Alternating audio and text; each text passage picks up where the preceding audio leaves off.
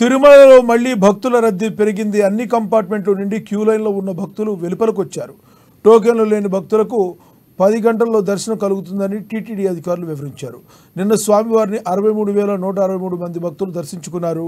భక్తులు సమర్పించుకున్న కానుకల ద్వారా హుండీ ఆదాయం 2.99 కోట్లు వచ్చిందని ఆలయ అధికారులు పేర్కొన్నారు.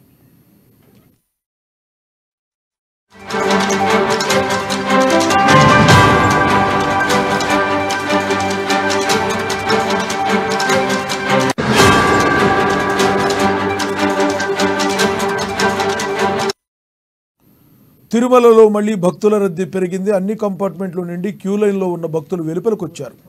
టోకెన్లు లేని భక్తులకు 10 గంటల్లో దర్శనం కలుగుతుందని టీటీడీ అధికారులు వివరించారు. నిన్న స్వామివారిని 63,163 మంది భక్తులు దర్శించుకున్నారు. భక్తులు సమర్పించుకున్న కానుకల ద్వారా హుండీ ఆదాయం 2.99 కోట్లు వచ్చిందని ఆలయ అధికారులు పేర్కొన్నారు.